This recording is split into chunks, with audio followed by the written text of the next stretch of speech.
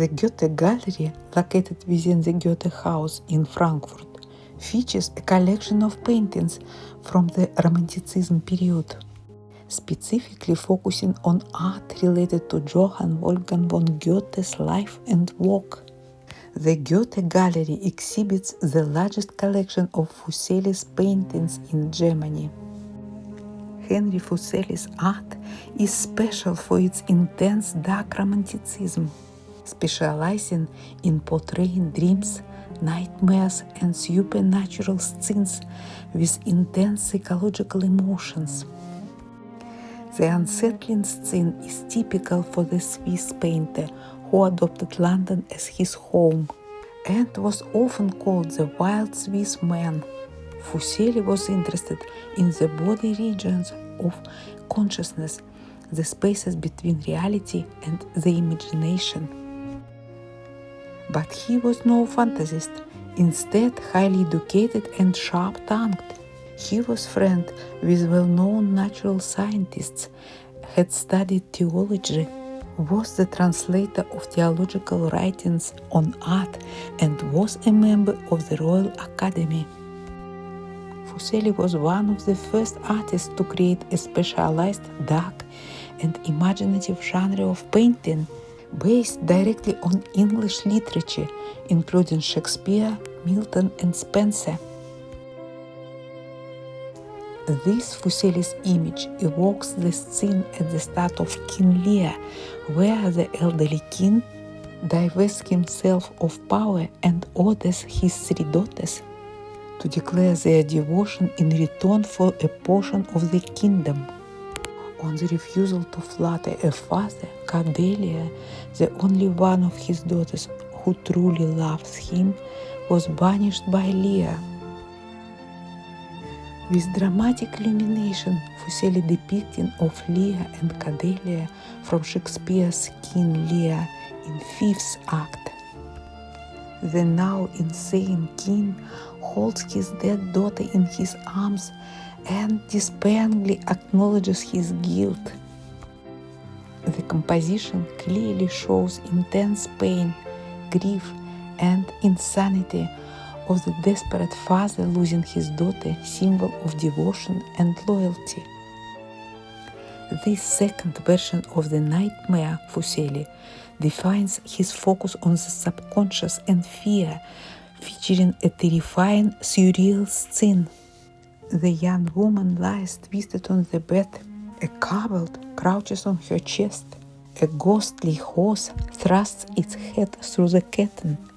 When, in 1781, Henry Fuseli exhibited the first version of the nightmare in London, it caused a scandal.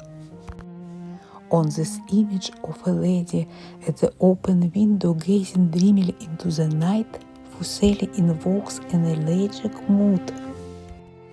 Typical of Fuseli's figures of women are the long, slender limbs and the eccentric twist of the body.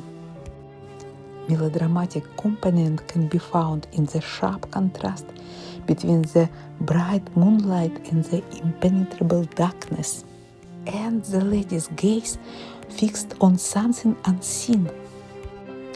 In the poem The Task by William Cowper, a contemporary of Fuseli's, a young woman loses her mind after her lover drowns. Crazed with pain, she wanders on the beach. Her gaze is mesmerized. Legs can scarcely be distinguished from the rocks, but the hair and clothing are being swept around by the storm that reflects her inner state. Fuseli was a master in the body areas of the psyche. Here it is the state between torpor and raving. This work of Henry Fuseli depicts 16th century English epic poem The Fairy Queen by Edmund Spenser.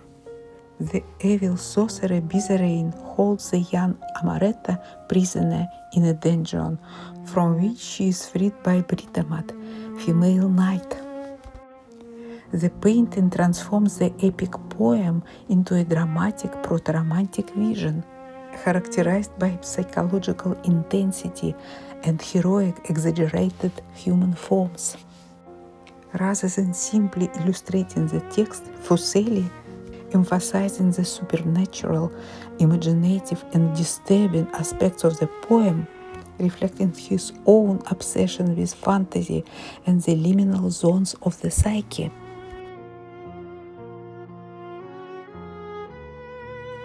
In a misty, undefined space, a woman holds out her arm towards a bearded figure who measures wraith-like into the background. Another woman kneels on the ground with her arms around the first. On the left there is a sketched nude from behind, on the right another ghost-like figure. Fuseli depicted emotions and passions in taking dreams or insanity as motive. And the motive of this painting still remains puzzling because it's not based on literary model. Goethe never met Fuseli in person, but they had common friends. The painter remained incomprehensible to the poet. He admired Fuseli's force and energy on the one hand, but on the other, he was unsettled by the mannered and exalted qualities in Fuseli's art.